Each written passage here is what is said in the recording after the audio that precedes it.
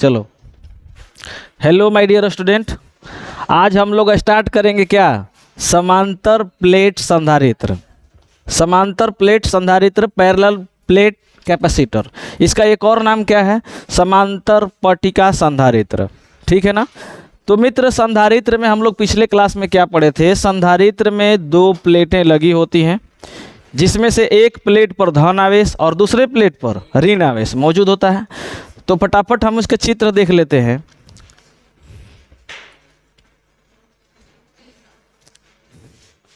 ये दो प्लेट है, इस प्लेट को हमने बोला P1, इस प्लेट को P2। ठीक है ना। इस प्लेट को आवेश दिया गया प्लस Q आवेश देंगे तो भीतर इसके प्लस Q आवेश वितरित हो गया और इधर माइनस आवेश, इधर माइनस आवेश। अब मित्र ये बताओ, अब एक और बात ध्यान दो कि इन दोनों प्लेट का एरिया जो है वो क्या है, ए है, ए, कैपिटल ए। इन दोनों प्लेट का क्या है, एरिया ए है। ए एरिया है किसका, प्लेट P1 और प्लेट P2 का। अब एक बात बताओ, पिछले क्लास में हम लोग पढ़े थे कि जब किसी चालक को आवेश देते हैं तो एक समान रूप से वितरित हो जाता है। तो ये प्लेट है, इस प्लेट के पूरे फर्श पर, ठीक है, इस प्लेट के पूरे फर्श पर आवेश एक समान रूप से वितरित हुआ है। इसका मतलब हम लोग इसका पृष्ठीय आवेश घनत्व ज्ञात कर सकते हैं, है ना। इसका पृष्ठीय आवेश घनत्व क्या होगा, पृष्ठीय आवेश घनत्व होगा Q/A। और चूंकि प्लेट है तो इसे हम लोग किससे सूचित करेंगे बालक, सिग्मा से। इस प्लेट का घनत्व भी क्या है, सिग्मा। इस प्लेट का भी घनत्व क्या है, सिग्मा। सिग्मा बराबर क्या हो जाएगा बबुआ, Q/A। Q/A। अब दोनों का घनत्व इतना ही है, इन दोनों का घनत्व है, क्योंकि देखो इसको जब हम प्लस Q आवेश दिए तो इस पर भी उतना ही समान परिमाण परंतु विपरीत प्रकृति के आवेश यहाँ उत्पन्न हुए हैं।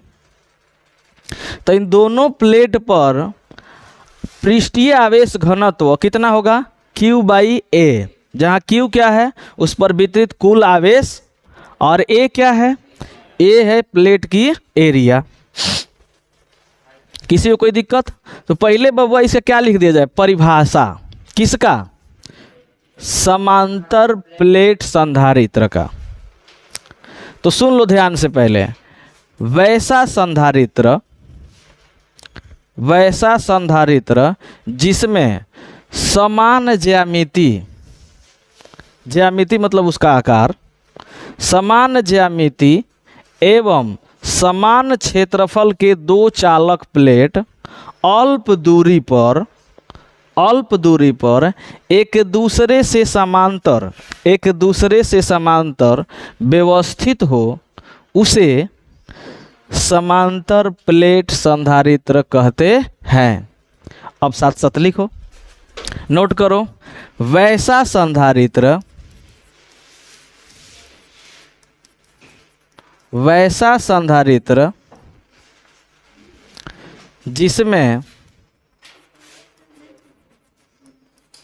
जिसमें समान ज्यामिति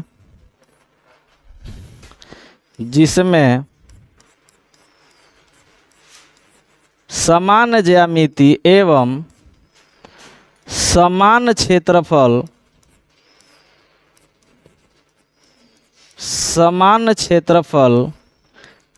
के दो चालक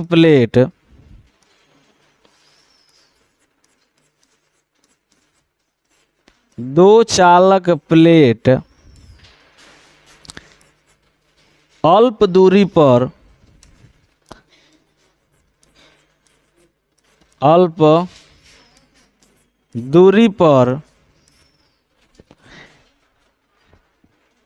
परस्पर समांतर परस्पर समांतर व्यवस्थित हों, परस्पर समांतर व्यवस्थित हों, उसे समांतर प्लेट संधारित्र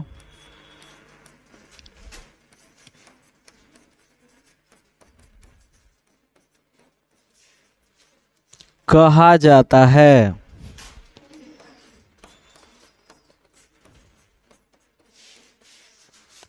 वैसा संधारित्र जिसमें समान ज्यामिति एवं समान क्षेत्रफल के दो चालक प्लेट अल्प दूरी पर परस्पर मतलब दोनों एक दूसरे से परस्पर समांतर व्यवस्थित हों, उसे समांतर प्लेट संधारित्र कहा जाता है ना। परिभाषा है ना लाजवाब।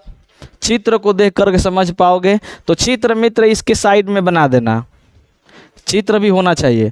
देखो चित्र को भी अगर ध्यान से देखोगे तो ये प्लेट और ये वाला प्लेट, ये दोनों एक दूसरे के क्या है, बराबर है, और दोनों एक दूसरे से कैसा रखा हुआ है, समांतर रखा हुआ है। समांतर हम लोग किसको कहते हैं बालक, तो जहाँ पे इन दोनों प्लेटों के बीच हर जगह दूरी समान हो तो उसे ही हम लोग क्या कहते हैं, समांतर। तो ये समांतर है ना। अब देखो एग्जाम में मित्र, बिहार बोर्ड एग्जामिनेशन में इससे संबंधित क्वेश्चन या तो 2 नंबर में पूछता है, ध्यान देना, इससे संबंधित क्वेश्चन या तो 2 नंबर में पूछता है 2 मार्क्स का या 5 मार्क्स का, है ना। तो जब 2 मार्क्स का क्वेश्चन पूछेगा कि समांतर प्लेट संधारित्र को परिभाषित कीजिए, या समांतर प्लेट संधारित्र क्या है, या समांतर प्लेट संधारित्र से आप क्या समझते हैं, what do you mean by parallel plate capacitor. ठीक, जब इस तरह के क्वेश्चन पूछे जाएं तो आप उसका जवाब सिर्फ और सिर्फ एक चित्र बना करके और इस परिभाषा को लिख दीजिएगा, 2 मार्क्स लगभग मिल जाएगा। ठीक है ना, बात समझ पाए। लेकिन जैसे ही इस क्वेश्चन में 5 नंबर में क्वेश्चन पूछा जाए, 5 नंबर में, तो हो सकता है कि रहे यही वाला क्वेश्चन कि समांतर प्लेट संधारित्र से आप क्या समझते हैं। अब वही पे क्वेश्चन जोड़ेगा, क्या जोड़ेगा कि समांतर प्लेट संधारित्र की धारिता का व्यंजक प्राप्त करें, धारिता का व्यंजक प्राप्त करें। क्या प्राप्त करें, व्यंजक। मतलब अब इसकी क्या ज्ञात करना है बबुआ, धारिता ज्ञात करना है। अब इसकी धारिता कैसे ज्ञात करेंगे, ठीक है। आओ हम लोग चलते हैं अब इस व्यंजक पे।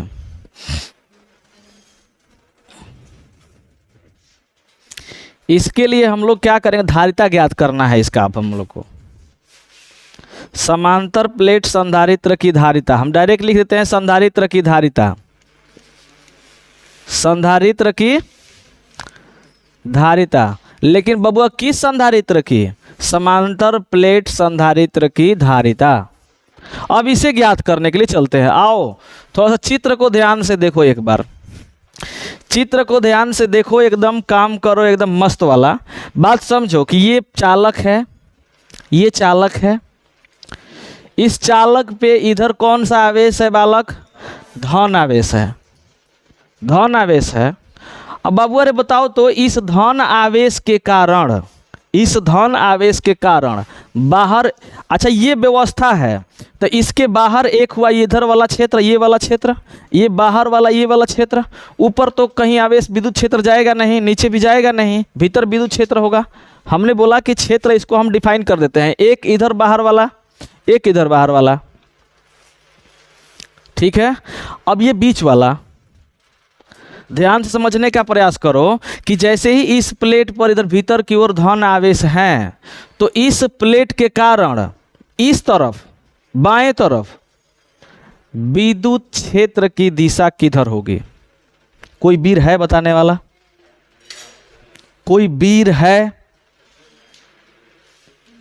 हम ये पूछ रहे हैं, ध्यान से समझो, ये धनावेश है इस प्लेट पर भीतर की ओर, इस प्लेट के कारण ये धनावेशित है, इस प्लेट के कारण बाहर इधर इस तरफ विद्युत क्षेत्र की दिशा किधर है? तो बाबू रे विद्युत क्षेत्र की दिशा हमेशा धन आवेश से दूर होता है ना। तो बबुआ रे इधर, इससे इधर की ओर बाहर की बात करेंगे तब विद्युत क्षेत्र इधर होगा, तो इसको हम बोल देते हैं E1। प्लेट 1 के कारण विद्युत क्षेत्र बाहर इधर। अब यहीं पे बात कर ली जाए प्लेट 2 के कारण। प्लेट 2 के कारण, इस प्लेट 2 के कारण बताओ तो विद्युत क्षेत्र किधर है? इधर, इधर ही बताना है।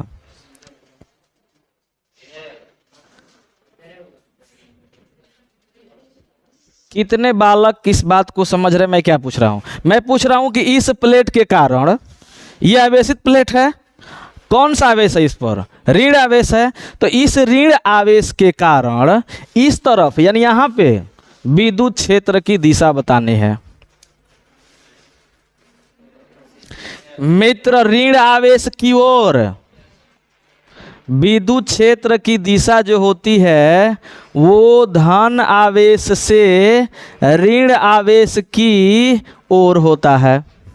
ये बात हमेशा याद रखो। तो ये क्या है? ऋण आवेश। तो इससे हमने इधर पूछा तो इधर न जाएगा हो। तो बबुआ इसके लिए हम कह दें विद्युत क्षेत्र E2 कह दें। क्या कह दें? E2 कह दें। यानी इस संधारित्र के इस तरफ बाहर की ओर विद्युत क्षेत्र एक लगा E1 और दूसरा E2। E1 किसके कारण विद्युत क्षेत्र? प्लेट 1 के कारण। E2 किसके कारण? प्लेट 2 के कारण। तो बताओ तो दोनों पर आवेश बराबर है ना? दोनों पर आवेश बराबर है और इसके बीच की दूरी हमने क्या बोला था? अल्प दूरी। तो उस दूरी को हमने क्या मान लिया? D मान लिया। ये अल्प दूरी है, छोटा दूरी है। तो बताओ कि विद्युत क्षेत्र का मान तो पहले बराबर होगा लेकिन दिशा अलग अलग है। एक है इधर, दूसरा है इधर। 180 डिग्री का कोण है, अर्थात बड़ा वाला में छोटा वाला घटा देंगे। लेकिन मैंने बोला कि दूरी क्या है? छोटा है, अल्प है। इसका मतलब दोनों का परिमाण क्या होगा? बराबर होगा। अर्थात यहाँ विद्युत क्षेत्र कितना होगा? 0 होगा। इस प्लेट के बाहर विद्युत क्षेत्र क्या होगा? 0 होगा। अब इधर बात कर लें। अब इधर जब तुम लोग अपने से बता दोगे तो मैं समझूंगा कि समझ गया। अब बताओ इस प्लेट के बाहर इस तरफ, एक इस तरफ निकाल लिए हम लोग 3 स्थिति में विद्युत क्षेत्र निकालेंगे। एक प्लेट के लेफ्ट साइड में, दूसरा प्लेट के राइट साइड में और तीसरा दोनों प्लेट के बीच। दोनों प्लेट के बीच। तो बाबू रे इधर बताओ तो इस तरफ। पहले हम इस प्लेट के कारण पूछते हैं। इस प्लेट के कारण विद्युत क्षेत्र किधर होगा? दूर ना। इधर E1 बोलो हाँ। इस प्लेट के किधर होगा? इधर होगा। ये क्या है? E2। फिर E1 और E2 क्या है? बराबर है। यहाँ भी विद्युत क्षेत्र क्या होगा? 0। अब बात करते हैं प्लेट के भीतर। प्लेट के भीतर बात किया जाए। प्लेट के भीतर प्लेट 1 के कारण विद्युत क्षेत्र बताओ। धन आवेश से ऋण आवेश की ओर, अर्थात इधर क्या है? E1 है। E2 प्लेट 2 के कारण, प्लेट 2 के कारण भी उसी दिशा में होगा क्योंकि ऋण आवेश है तो अपने तरफ खींच रहा होगा मित्र। तो इधर ही होगा। तो हम कह देते हैं यहीं पे E2 E1 E2, अर्थात कुल विद्युत क्षेत्र इसके भीतर कितना हो जाएगा? E is equal to E1 plus E2।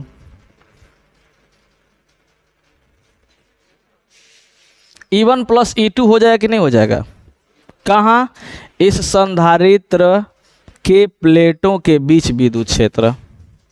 अब हम लोग बात करें, थोड़ा सा इसको लिखने का प्रयास करें। क्या लिखेंगे?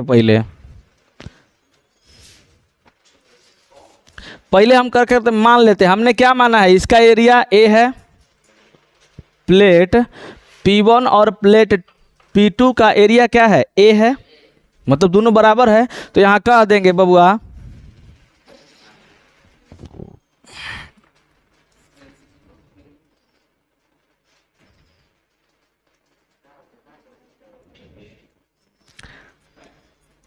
माना कि प्लेट P1 तथा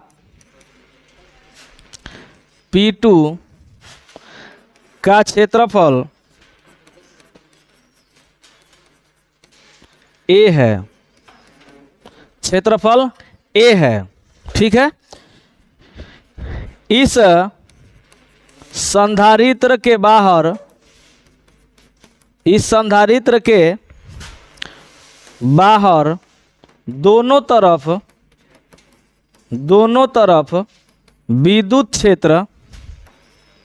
विद्युत क्षेत्र शून्य है। क्या है, शून्य है ना। इस बात को मैं डायरेक्ट लिख दिया। कैसे, इस बात को समझाने के पश्चात तुम लोग भी चित्र में ऐसे ही कर देना है। तुम लोग एक फिर से चित्र बनाओगे और ये वाला काम करोगे, व्यंजक के लिए स्पेशल अलग से, है ना। व्यंजक के लिए इधर विद्युत क्षेत्र क्या हो गया, शून्य हो गया, इधर विद्युत क्षेत्र क्या हो गया, शून्य हो गया। तो हमने क्या लिख दिया, दोनों तरफ विद्युत क्षेत्र शून्य है, कोई दिक्कत। तथा प्लेटों के मध्य विद्युत क्षेत्र निम्न है। निम्न है मतलब ज्ञात कर देते हैं, क्या कर देते हैं बबुआ, लिख देते हैं E is equal to E1 plus E2, E1 plus E2, ठीक है ना, कोई दिक्कत। नोट करो यहां तक, चले आओ। विद्युत क्षेत्र हम लोग क्या कर दिए, निकाल दिए। लेकिन बबुआ इस विद्युत क्षेत्र का मान अब जानेंगे ना हम लोग। अब आओ मान कैसे निकालेंगे। देखो हमने क्या बोला कि इस प्लेट के कारण विद्युत क्षेत्र, इस प्लेट के कारण विद्युत क्षेत्र E1 और इस दूसरे वाले प्लेट के कारण विद्युत क्षेत्र E2। तो इसको हमने निकालना विधिवत सिखाया है पाठ 1 में, गाउस नियम के अनुप्रयोग। उसमें हम लोग एक अनुप्रयोग सीखे हैं, क्या कि किसी समतल आवेशित प्लेट के कारण विद्युत क्षेत्र। कितने लोग को ये बात पता है, समतल आवेशित प्लेट के कारण विद्युत क्षेत्र। तो बताओ, तो ये तो समतल ही है, अब आवेशित भी है, तो इसके कारण विद्युत क्षेत्र वही वाला होगा। कितना होगा, किसी को याद है क्या, कितना, कैसे E is equal to sigma by 2 epsilon naught, ये होता है, ठीक है। सिग्मा क्या है बालक, पृष्ठीय आवेश घनत्व, और 2 कांस्टेंट और एप्सिलॉन नॉट। देखो ध्यान दो, अभी हमने इस प्लेट के भीतर क्या माना है बालक, निर्वात माना है, ध्यान रखना। अभी हम लोग इस प्लेट के भीतर क्या मान रखे हैं, निर्वात। तभी हम लोग ये वाला फॉर्मूला लगाएंगे, क्योंकि निर्वात में रखे, ध्यान दो, तो इस तरह से कोई प्लेट हम लोग लिए थे इस तरह से, और इस पर एक समान आवेश दिए थे इसे, और इसके कारण विद्युत क्षेत्र निकाले थे, ये फॉर्मूला आया था। तो वैसा ही ये वाला प्लेट है, तो विद्युत क्षेत्र E1 और विद्युत क्षेत्र E2। तो बताओ, तो हम लोग रख देंगे मान।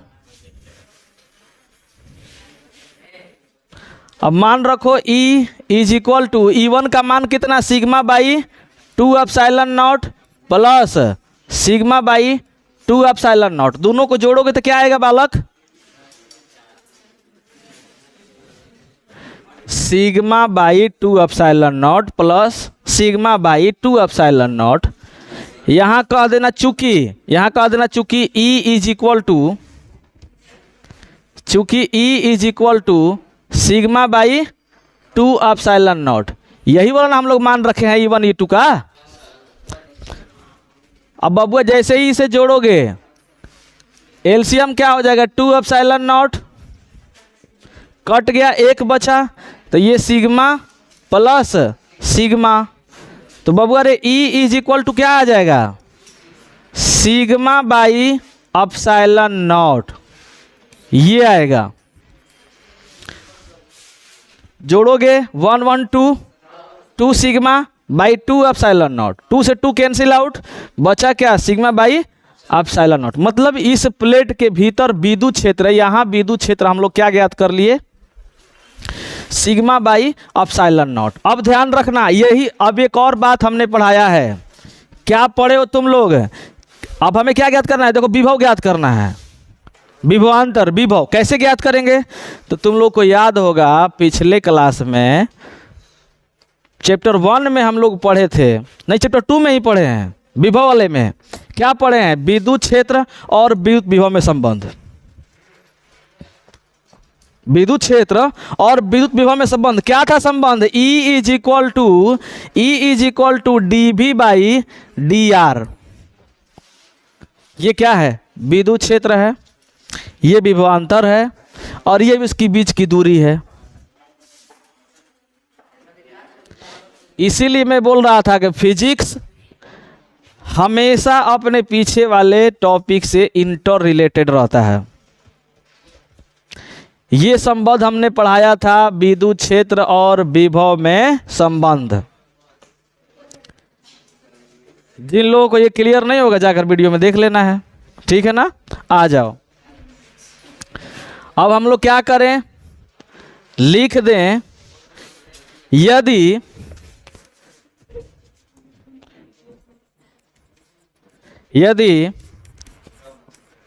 प्लेटों के बीच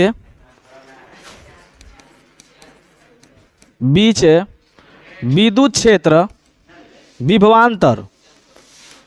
विभवांतर भी हो तो, विभवांतर हो तो विद्युत क्षेत्र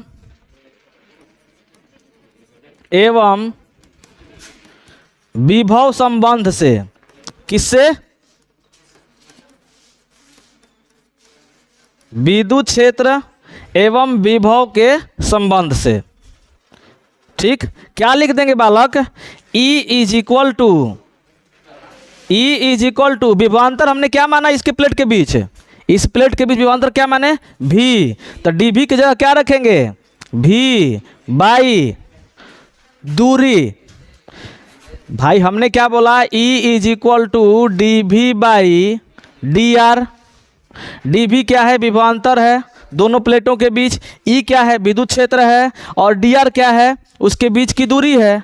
अब बताओ तो यहाँ हमने बीच की दूरी क्या लिया है, D लिया है, यहाँ हमने क्या लिया है, बीच की दूरी D, तो हम यहाँ क्या लिख देंगे, D। अब लिख दोगे जहाँ D बराबर प्लेटों के बीच की दूरी, प्लेटों के बीच की दूरी, ठीक है ना। अब यहां से क्या करो, V यहां से E का मान रख दिया जाए, V हम लोग याद कर लेंगे। तो बबुआ इसको समीकरण यदि 1 कह दें, हम इसको समीकरण 2 कह दें, तो समीकरण 1 और 2 से हम क्या लिख सकते हैं बताओ तो, समीकरण 1 और 2 से, समीकरण 1 और 2 से बोल दो कि मुंह में मक्खी घुस जाएगी, ज़्यादा ना हंसो, उठा के फेंक देंगे बाहर। हर वक्त मजाक में नहीं लेना चाहिए, है ना। एक अब ये नहीं ना है, विभव और विभव क्या बोलते हैं, विद्युत क्षेत्र में संबंध। किसी को दिक्कत है यहाँ तक तो बोलो,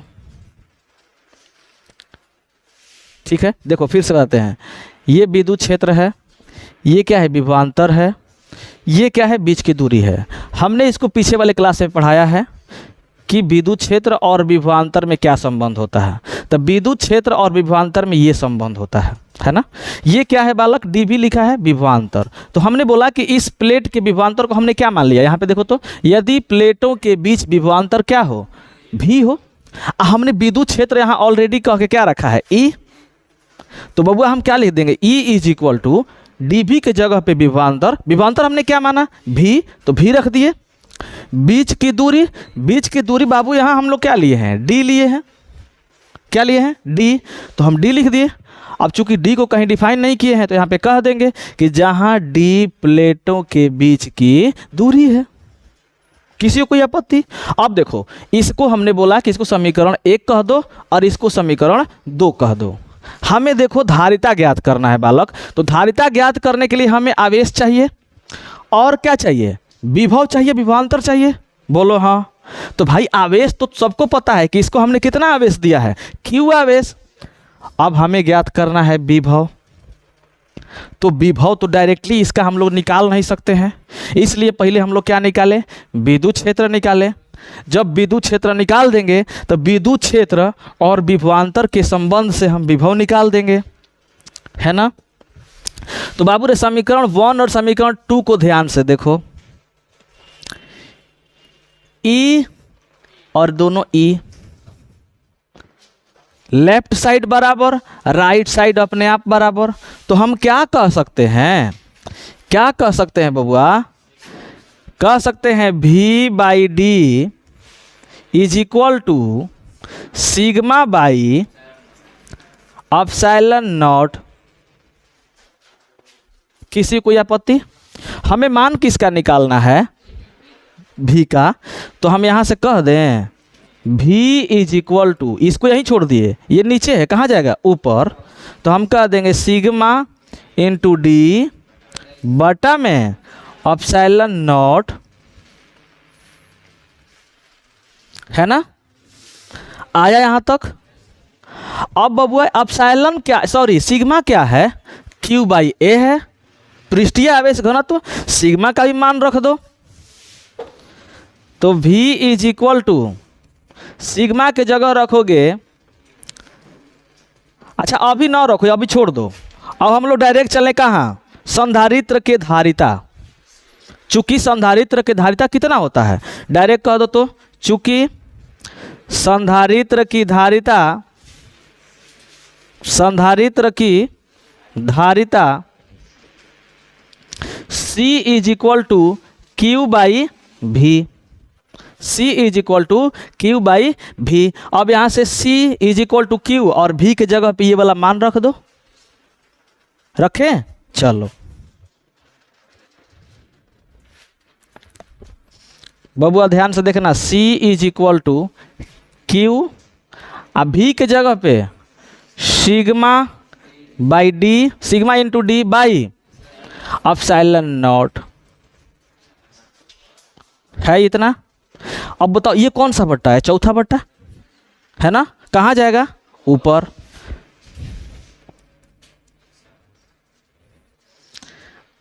तो Q इंटू एप्सिलॉन नॉट बटा में sigma into D, sigma into D. अब बबुआ हमने सिग्मा बराबर क्या बोला, सिग्मा का ही मान रख दो, तो डायरेक्ट कह दो यहाँ पे, चूंकि sigma is equal to Q by A, जहाँ ए क्या है, प्लेट का एरिया है, Q क्या है, उसको दिया गया आवेश है। रख दिया जाए, रख लो यार। C इज इक्वल टू, यहाँ से ना ये कंजस्टेड होगा तो थोड़ा सा तुम लोग एडजस्ट कर लेना, Q इंटू एप्सिलॉन नॉट बटा सिग्मा के जगह Q अब बाई ए, तो फिर ए चौथा बट्टा, ए कहाँ जाएगा, ऊपर।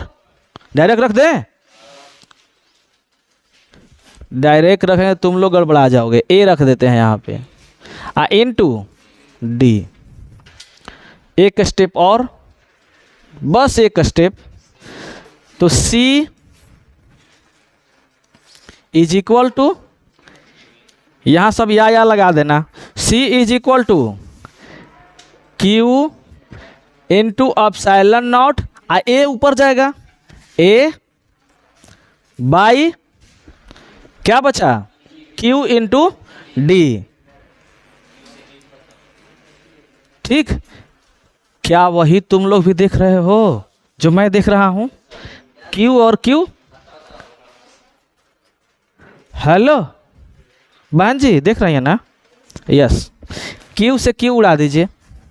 बबुआ रे सी बराबर क्या बचा? C is equal to A epsilon naught बटा डी। यही क्या है? समांतर प्लेट संधारित्र की धारिता है। लेकिन कहीं जाओ नहीं, जस्ट सुन लो। हमने बोला था कि किसी चालक की धारिता, ध्यान से सुनना एकदम। यहाँ बताओ कि ए क्या है? संधारित्र के प्लेट का एरिया है।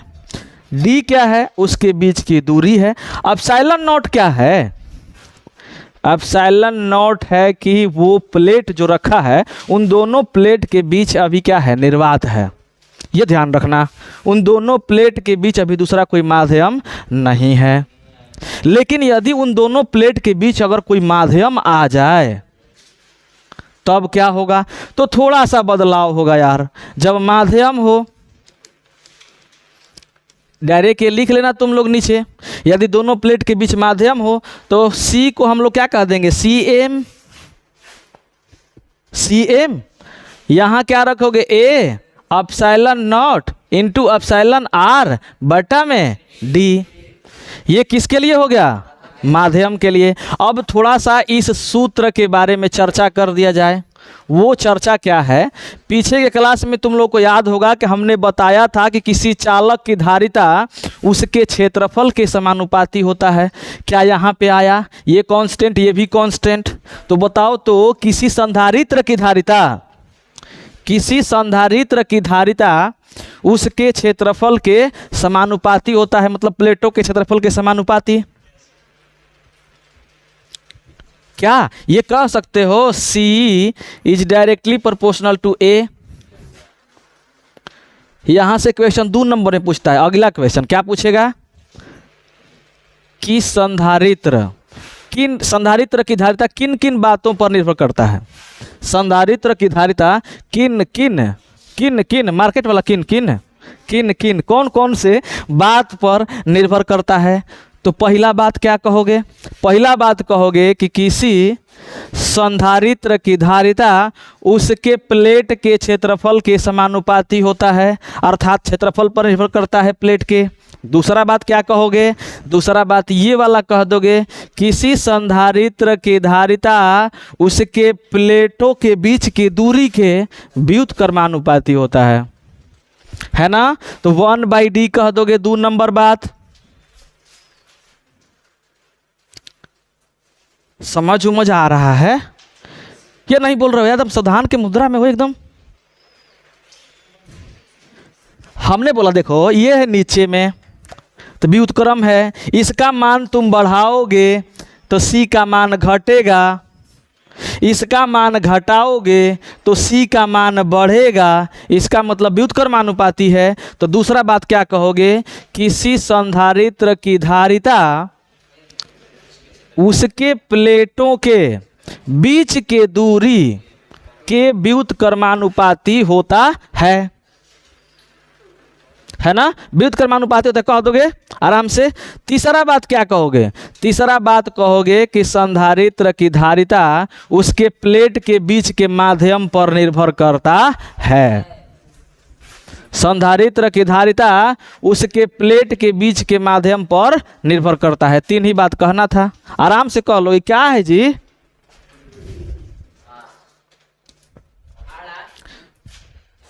ऐसा है का? संधारित्र की धारिता उसके प्लेटों के बीच के माध्यम पर निर्भर करता है। ये था तुम्हारा डेरिवेशन। आनंद आया? मजा आया? थोड़ा सा समझने की जरूरत है। कैसे कैसे लिखना है लिख लोगे ना? यहां से यहां तक तुम लोग लिख लिया होगा, है ना? इसके बाद ये नोट करोगे, इसके बाद नोट करोगे E इज इक्वल टू ये। यहां से नीचे स्लाइड कर लेना थोड़ा सा, है ना? आज कहां तक? यहीं तक।